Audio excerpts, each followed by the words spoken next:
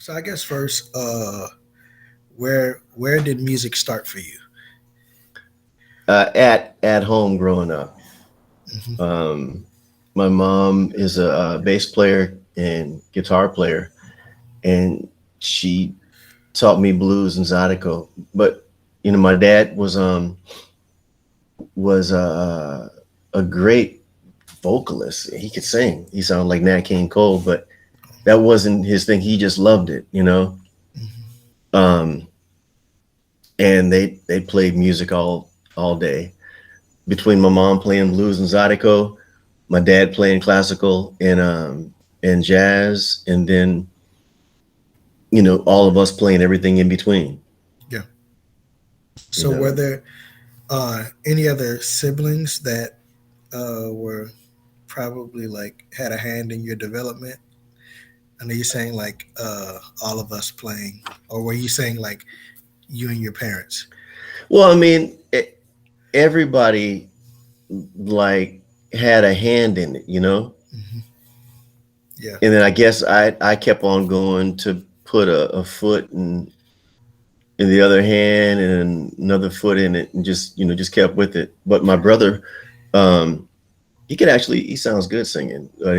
He took up the drums, and both my sisters sing, and my youngest sister, even though she's like 5 years older than me, picked up the saxophone, the alto sax, and she danced,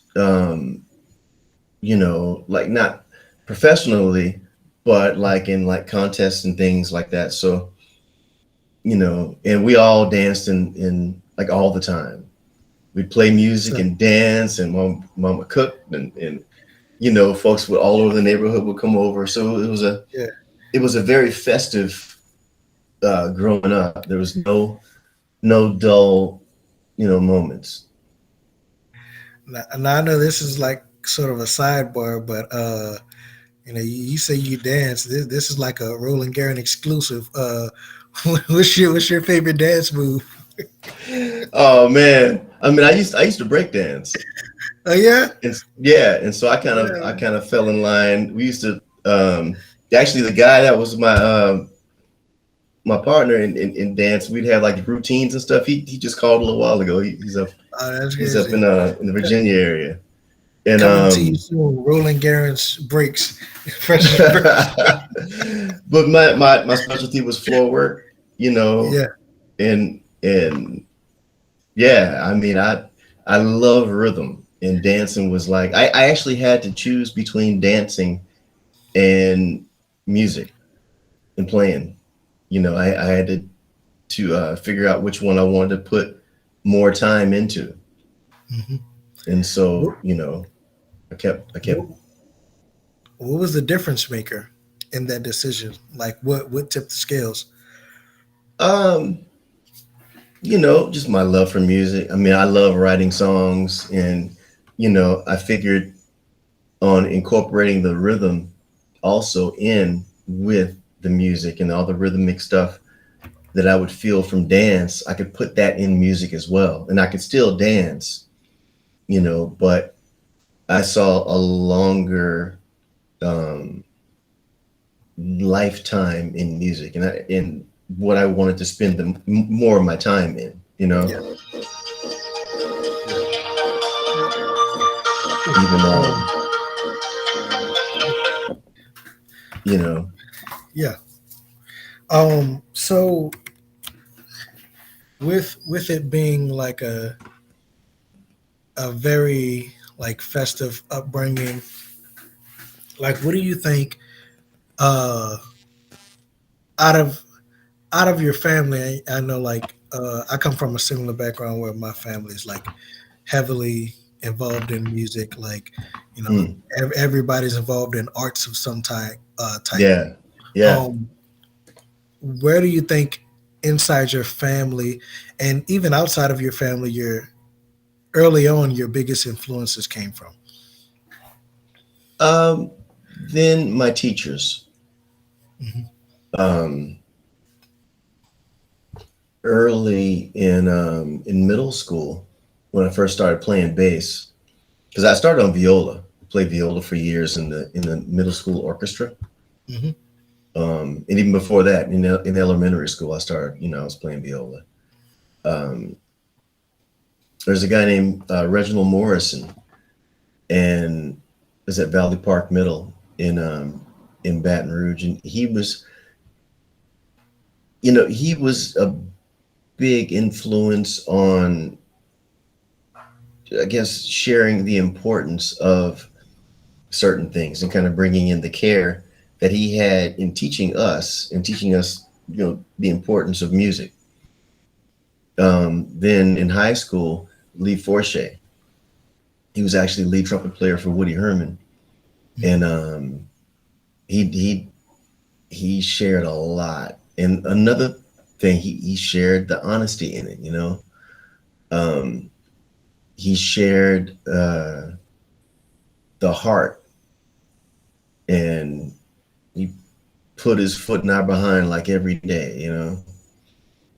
And then Alvin Batiste, like Lee Forshey, influenced me to go study with Mr. Bat up at Southern University. And so that was a that was a huge step for me as well, because I was set on going to Berkeley, but in so many words, Mr. Forshey told me that I need to be with Bat, and he was right. I learned things that I'm still learning now. Yeah. Um, and so my teachers were the next, big influence outside of my mom, teaching me bass earlier on and teaching me fundamentals and blues and all kind of stuff, grooving. Do you think your mom had a sort of uh, hand in pushing you towards bass as opposed to? Now, I know you said you had a earlier started on viola. Do you think that sort of swayed you from more so of the classical side to a more, Hmm. you know, I a don't. more I of the don't. jazz side? No, she always was open in leaving, our direction up to us. Hmm. Now she would be honest in saying if something was hip or not. I mean, blatantly honest. Uh, yeah. I mean, but she left the decision up to us, which was hip. We could just do whatever it was, but whatever we chose to do, we had to, we can't just play around, or she'd let us know. You just kind of Yeah. fooling around. So I mean, um, I just kind of like really took to bass. Like once I felt, and it was in eighth grade, once I felt what the string resonance felt like, then it felt like home. Yeah. And then after that, and it was always about the resonance, how it felt and how the strings felt, under my fingers. They were like thick, big strings that resonated. And you can feel the vibrations, and that was fascinating to me. That, and I guess it still is. Yeah. What was the start on bass? Was it upright or electric?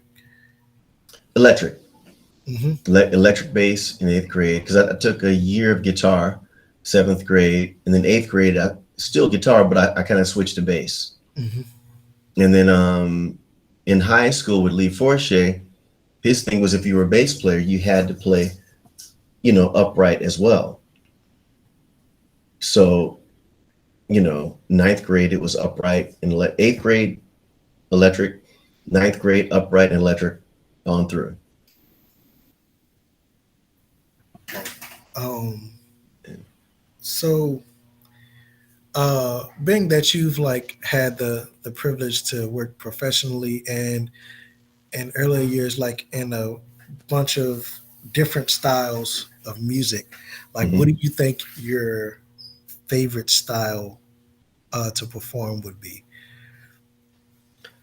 A blend. A blend. Yeah, totally a blend. Hmm. I used to shy away from it when I first started recording because um, of thinking about what society was embracing and not thinking about what I naturally would do, and how I heard or hear even um, the songs that I wrote, like from my first record, The Winds of the New Land.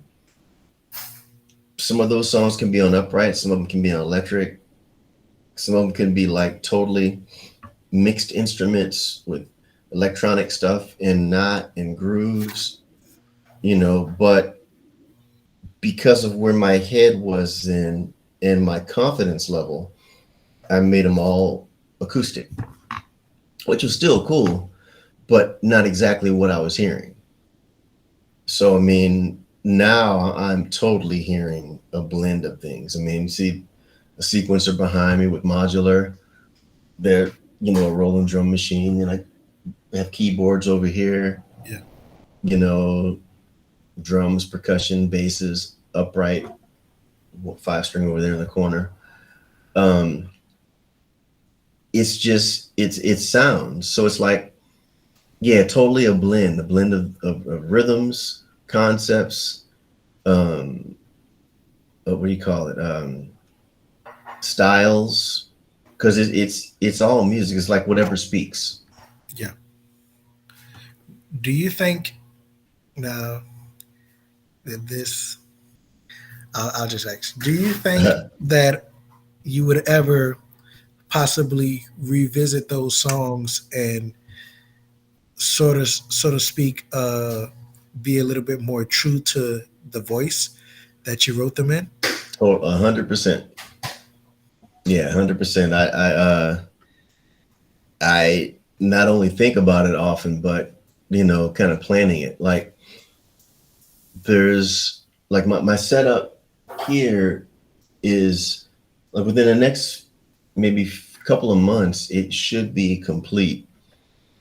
And I'm gonna go on a tracking recording rampage. You know, just there's a bunch of new stuff I've written. Like 18 albums worth of stuff, and that's not even going back and revisiting the first five records, even the first six, actually all of them, and you know transforming them into more of what I'm really hearing. So yeah. So, what do you feel uh, moves and motivates you musically? Like, and that can be playing, with your whatever you're studying, or uh, when you're writing. Like, what do you feel moves you musically? Melody and rhythm. And then melody is not only on top for me, like melody is in the bottom as well, and all throughout the middle, and how that fits, rhythmically, that 100% moves me. And so melody, rhythm, and sound. I love sound and sounds and things. Um, so I mean, I guess those three together, and just how they all interact and react together.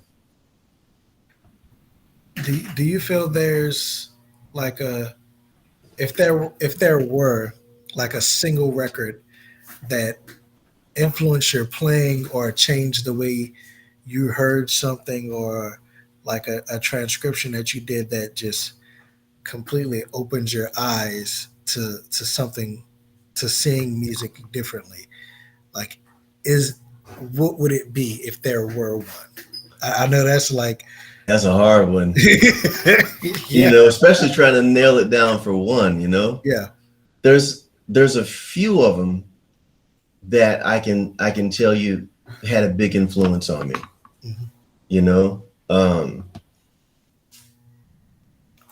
and I even though, say, if a record is a jazz record, it's not. It didn't just have a jazz influence on me.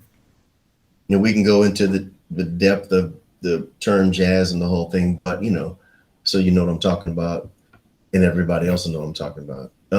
Yeah. Um, Nefertiti, Miles Davis, and Miles Smiles.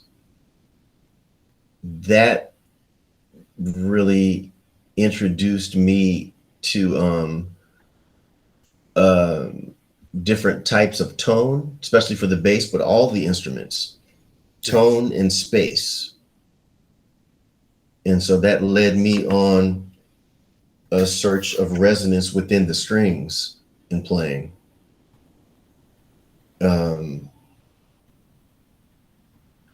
Chick Corea's Eye of the Beholder and three quartets, you know, the three quartets. I mean, I would listen to like all these records. I would listen to over and over and over and over again. And we had a hip system at my mom's house, at my parents' house, and I would like listen, late at night, just put my head to the speaker and just listen and pick out the individual instruments and pick out all the parts and then listen to the whole thing. And it was magical in hearing these tones and hearing these sounds blend and the folks playing them in such the way that they did. Um, and then, Yeah. you know, what else? Yeah, I mean, there's other records now. My brain is like it's flying through these albums. Yeah. Yeah. Um, Brothers Johnson, um, Strawberry Letter 23, and Stomp, and all those songs. Uh, I listened to. I mean, man, it just I don't. Yeah, that's a hard one. I listened to Charles Mingus records and hear his tone and like think about how that's different from Ron's tone. Then I would try to mimic those tones. Yeah. Um, yeah, and then um, was it Trio GP? I think with Milt Hinton and Branford. Hmm. That was another one because I was like, okay, he's playing slap bass, and I altered my electric slap bass technique to fit upright, and I started doing that. And so, yeah, a lot. There's a lot of them. It's hard. So, and I think this one will possibly be as wide of a spectrum as the last, but uh, maybe like most. I know it's gonna be like a bunch of bass players watching this. So, like some of your most influential bass players on upright or electric or both. Well, on upright, definitely Ron Carter, Charles Mingus, Sam Jones, um, and then one that plays both. I mean, all of them, I'm pretty sure play both. I know Ron plays electric as well, but um, in the younger generation, John Patitucci was still a big influence. A good friend too. Yeah. Um, um, um, Oscar Pettiford, and I mean, there's a long list on electric. Louis Johnson and Marcus Miller, Abraham Laborio, John Patitucci again. Um, uh, it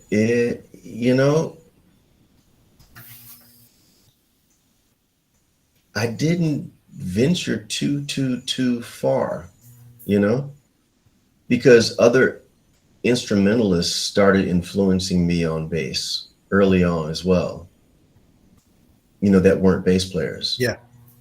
Um, like McCoy, Tyner, and Chick Corea. Um, More so McCoy, just because of the way that he just came down with his leg. He was left-handed, so when he hit, You felt it. I was, oh my goodness, so that strength in the movement really influenced me in terms of comping. Hmm. And I comp when I walk. Yeah. And then Elvin Jones influenced me a lot in bass playing, but from his drumming. Resonance, with ring, with time, with um, you could say broken up time, which is more of the three against the two Hmm. in different ways and how to feel it.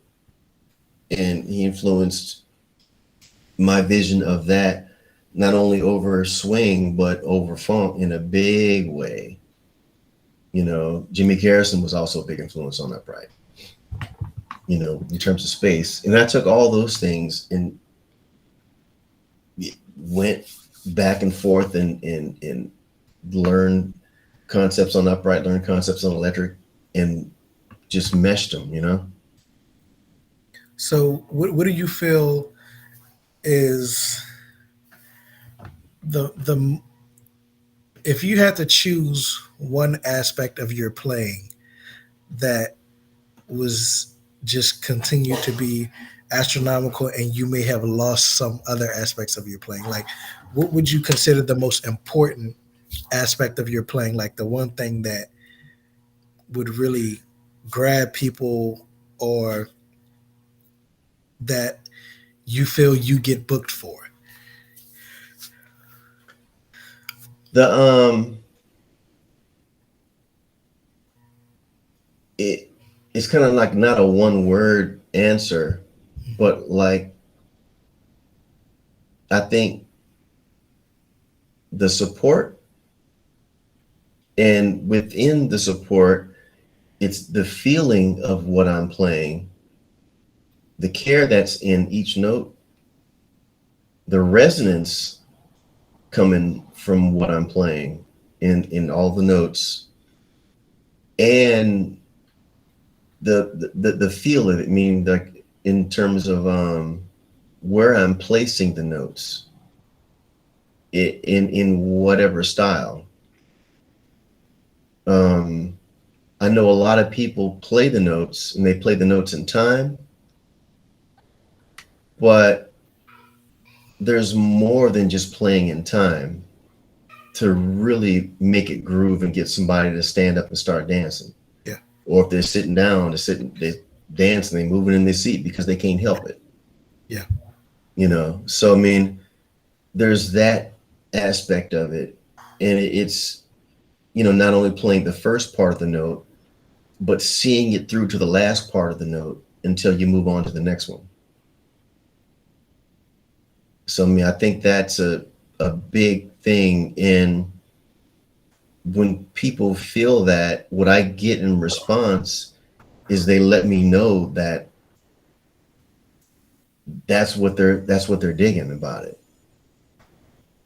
And it's in turn bringing the music to life and letting it live. How do you feel that you how do you feel um you went about reaching that understanding, or uh approaching it from that aspect where the the beginning of the note is just as important uh as the end of the note? I've Because I never, know some yeah, people look at it like intros and outros of songs, and what happens in the middle is what happens. But like, to take it down to more of a microscopic level and approach it for each note, yeah. they're I like, mean, Ron Carter. That, I mean, goodness, to back to those records I mentioned, Miles Smiles and Nefertiti, Hmm. to hear how he could play and, say, okay, if I can use my edge of the screen. Yeah. So here's a note. Here's a beat. Hmm. Now here's the beginning of the beat, and then it's got resonance. It could swell up and then come back down, and then come to this point, and you decide what you want to do with this. If this is going to be shorter, do you want a shorter part of the beat? Do you want that much of it? Do you want just that much of it? Or do you want the full extent before you go to the next note? And then you decide how much you want it to swell or not. You know, um, you know, boom, boom. You know what I'm saying? You can hear um, people in terms of a drum machine that happens in the 808. Hmm. Boom, boom, boom, boom, boom, boom. You know what I'm saying? So I mean, each one of those things, but playing the bass means something. And I when I listen to folks today, I don't hear a lot of it. I hear folks playing in time, but I don't hear a lot of that, because it takes time. I used to play and nobody told me to do it, but I used to just sit or stand and play upright, maybe 3 hours, 4 hours playing one note. And I would just be in a trance and looking on how hard I hit it and how much the note would vibrate and trying not to get it to touch the other strings.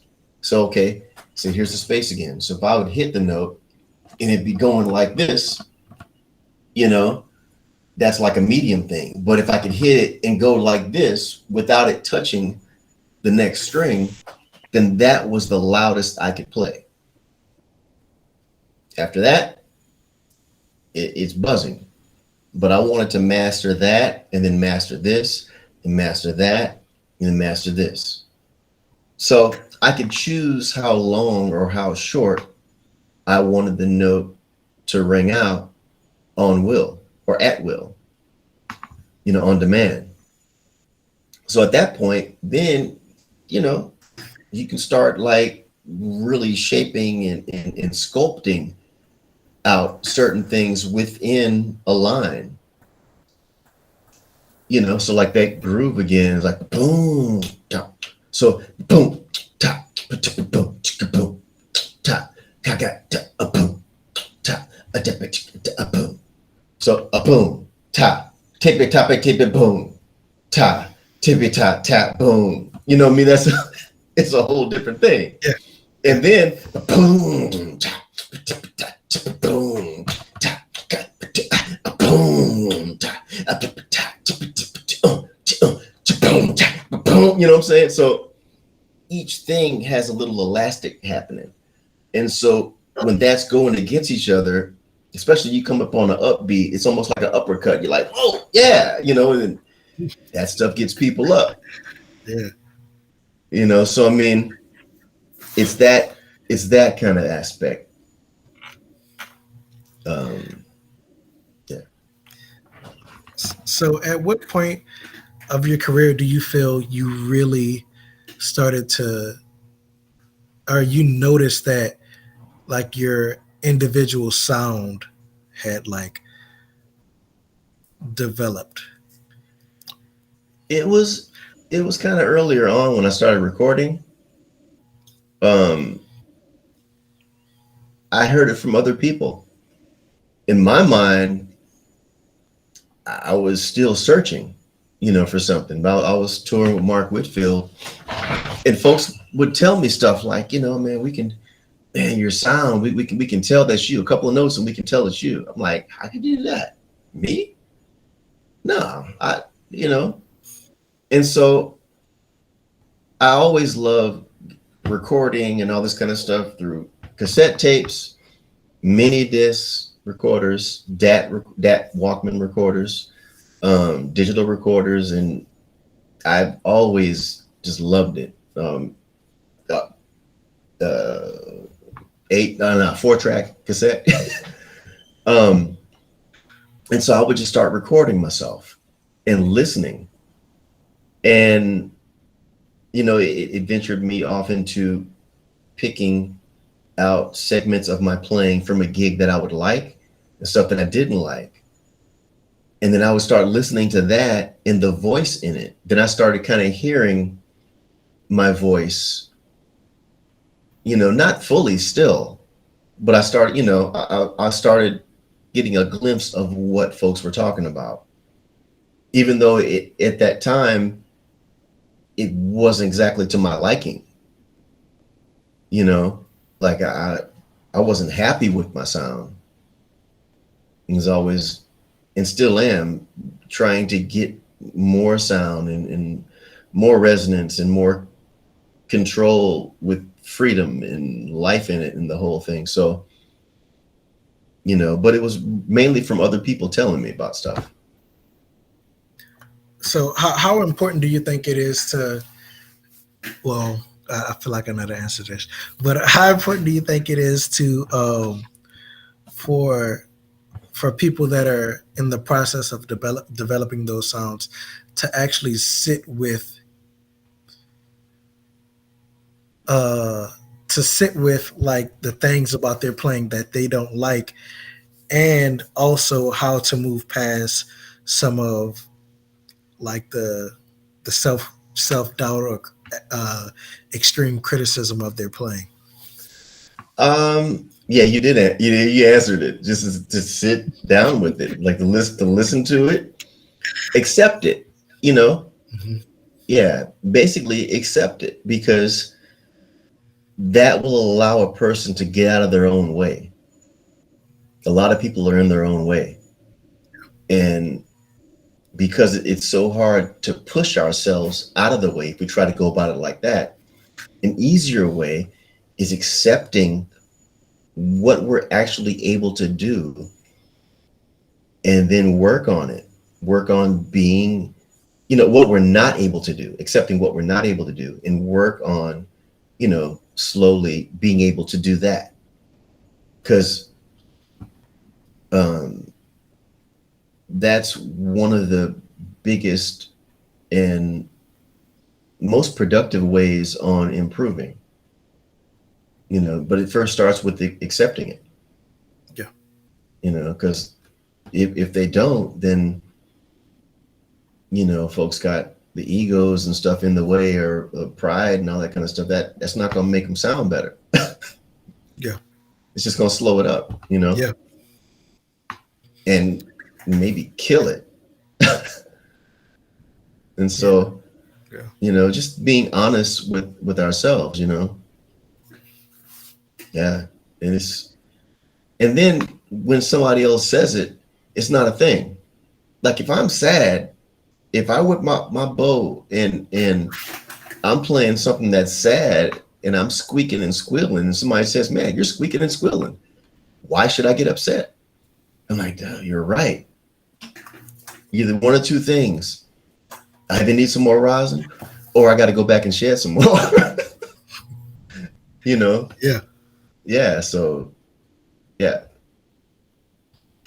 If do you feel like, well, do you feel like there was a singular gig that sort of catapulted your career, and if so, what was it? Hmm. I don't know. There've been there've been various gigs, you know, um, that gave me points of um,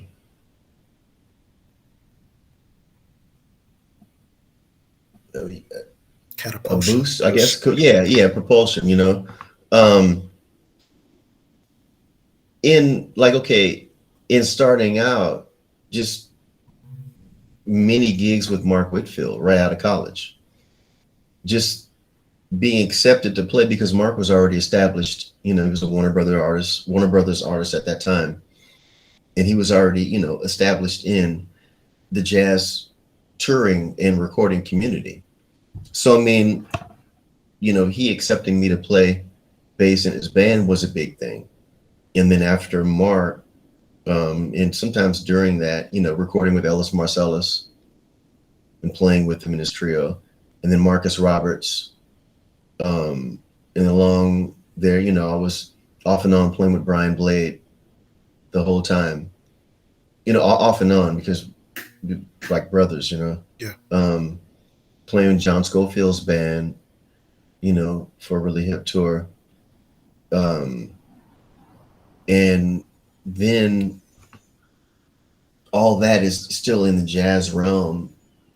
And then after Marcus's band, playing with Alan Toussaint, which, you know, playing all the hits that he's written, which covers a wide variety of music, including New Orleans funk, Yeah. you know, and then um, playing with Dr. John and being his musical director. So I think maybe not in terms of specific performances, but more of who I had an opportunity to perform with. Um, has a lot of, or it has or had or whatever I felt, and people have told me that it has a lot of weight in terms, you know, of what or how they perceive, you know, me. Um, because there's a bunch of people. I mean, touring with Little Jimmy Scott, you know, and how much he influenced Nancy Wilson, you know, playing not in George Benson's band, but playing with George Benson, you know, on several occasions, Yeah. um, and duo at that, you know, like Nam and stuff. Um, there's a Jerry Mulligan, you know, um, there's a bunch of instances of people that I've had the opportunity to play with that, you know, just has more weight instead of one specific um, performance area, you know. Yeah. I think so anyway. So what advice would you give to someone looking to get to that point or trying to get their big break, so to speak?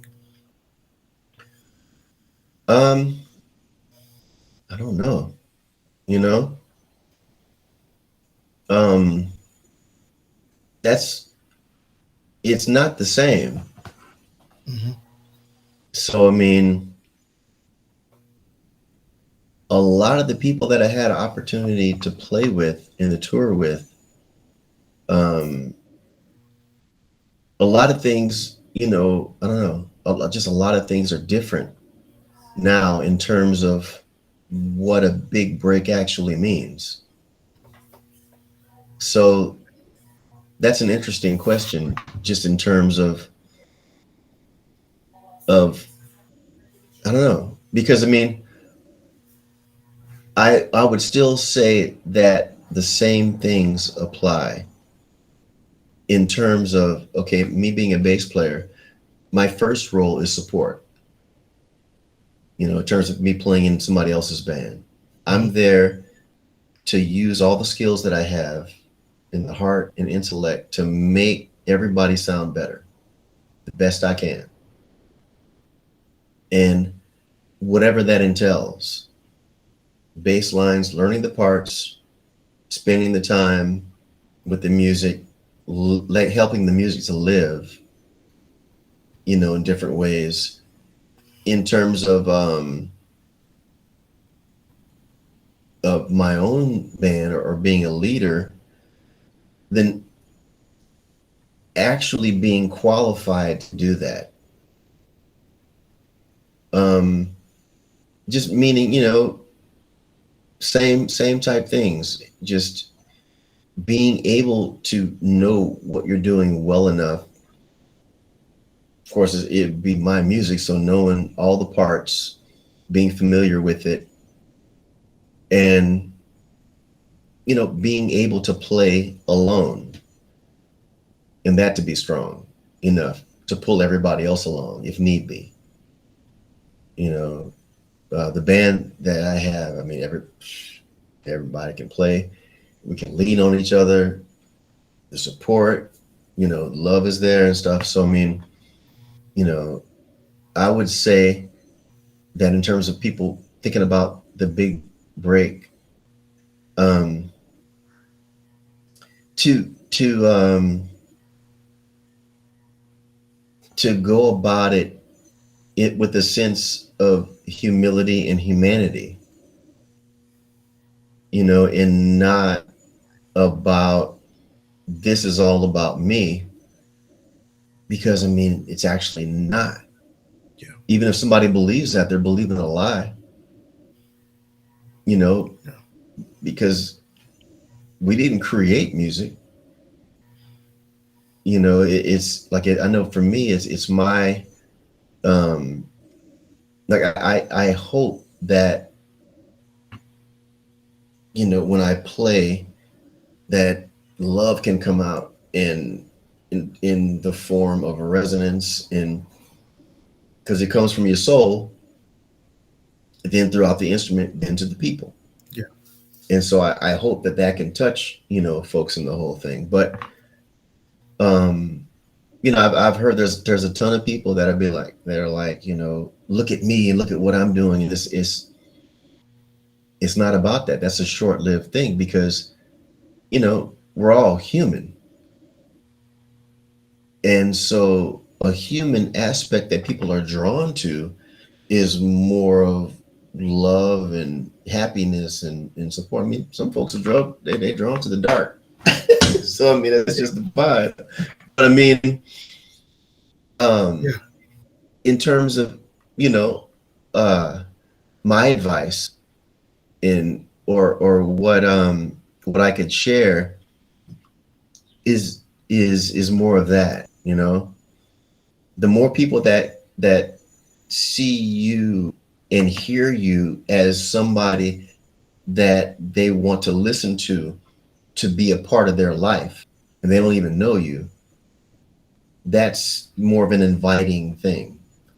And so to be more honestly, wholeheartedly inviting in all the different aspects of it, Yeah. you know. So that would be um, And advice. I think like even with you answering that question, and it's something that stuck out to me, even like very quickly, um, that you said was it's not the same. And when you said it, I took it more so as, like even I know a lot of times people say I want to get this type of gig, and that's all they focus on. Whereas you've gotten like milestones of gigs that um in different styles, different genres, that all come together in your playing, and it reflects your playing, not even really depending on the gig you're playing. Like it's just all balled up into your playing, whereas you being the person you are, it's never going to be the same. And all of that, Hmm. like it just seems Yeah. to lend to your voice and your individuality, so that it makes it even harder for someone to copy your style or duplicate your playing. And they always have to come to the source. You can't it would be one thing, hey, can you play this bass line like Roland Guerin? No, I can't. Like even if you wanted a cheap duplicate, like it's never gonna feel or sound as good as the authentic. And that just resonated to me as, like continuing to find your own voice and being true to who you are. Like Hmm.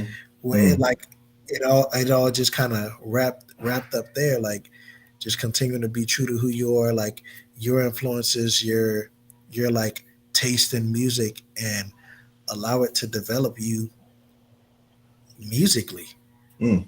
you know, like Yeah, I it, mean, like yeah. yeah, yeah, First, I appreciate it. You yeah, know, yeah. Thank you. You know, deeply. yeah, I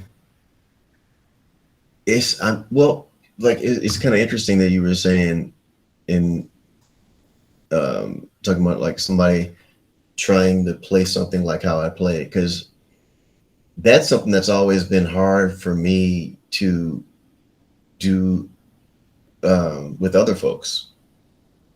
You know, trying to play. You know, I realized that early on, like really early on. Um, and then so you know, I would like there's a I haven't like learned a ton of other solos. You know, um, I've tried to copy or learn from the styles of different upright players a lot, you know, in terms of Ron and playing his tone embellishments and kind of where he plays Paul Chambers, Jimmy Blanton, um, um, Charles Mingus, Milt Hinton, and Slapping and Walking, Ray Brown, Israel Crosby, um, and you know there's a there's a long list. I mean, and there's qualities that I've learned. Oscar Pettiford, you know, bass and cello. There's a lot of qualities that I learned, but you know, it's only like hitting at those things, and I use those different techniques to get different sounds out of the bass at different times. Um, the solo that I learned from Oscar Pettiford was off of Perdido. Like that had a big influence on me, in me, you know, not to compare because I love Paul Chambers soloing, but for me, Oscar Pettiford's soloing spoke to me and speaks to me more clearly. And so that type of approach, I kind of took that and incorporated that in other things that I play, you know? Um, and then other soloists along the way. So I mean, it just I don't know, those things kind of came to mind when you said what you just finished saying. And, you yeah, know, definitely appreciate it. yeah, definitely. Um, I have one more question, and Yeah. this should be an easy one, but I'm pretty sure it'll be vast. Um, what can we expect from you in the future? Oh man. Um, well, I mean, you know, we're still at home, you know. So I mean, I basically took a year to zone in and hone in on my own playing, my recording concepts and techniques and sounds. So, you know, I sold a lot of stuff, and I whatever I would sell musically, I would turn that around and try to replace it with something that I need. And so I really um, streamlined, and I've been streamlining, you know, my home setup. So I mean, there's uh, you already mentioned, you know, like old music and redoing that, but there's a lot of new music, vocal and instrumental, that's really coming out really soon. And very soon you can look for probably every few months new music coming out. Jeez. You know, like every 3 months. You know, not a maybe not a full record, but I'll break them up into 4 songs or something Yeah, every 3 months because there's a lot of music to get to. yeah, And you know, I would, I thought about the whole thing like, well, you wait for a certain time period, wait for all this. I'm like, no, I'm tired of waiting. I'm tired of waiting. You gotta have, I need to have the feeling of getting the stuff, getting the music out of me. Yeah, And, and so in terms of like the equipment, um, that's just to hopefully help it to sound the best that it can. yeah, Um, coming from home. yeah, And so, I even want to revisit some of the stuff off a different world and that song in particular, because yeah. the stuff that I know now, I can open it up, even though it's kind of open already, Hmm. but I can open it up. Yeah. Well, well, Um, I definitely appreciate you sitting down and doing this with me. Appreciate Steve for kind of setting it up. yeah, and, Yeah, and for Steve for being patient. yeah, yeah, you know, yeah. Yeah, you given so much insight, and yeah, it's greatly appreciated. I know, and I definitely hope that it'll reach as many eyes and ears as possible because man, you dropped a lot of gems in this short period of time. no, I And appreciate it. um, yeah, Anytime actually. yeah, yeah, Questions, and anybody watching, you have any questions? I'm not hiding. yeah, yeah, I'm easy to find. yeah, You definitely, know, definitely. you can, yeah, Yeah, I appreciate it, and looking forward to having more of these conversations. yeah. Thanks, Joshua.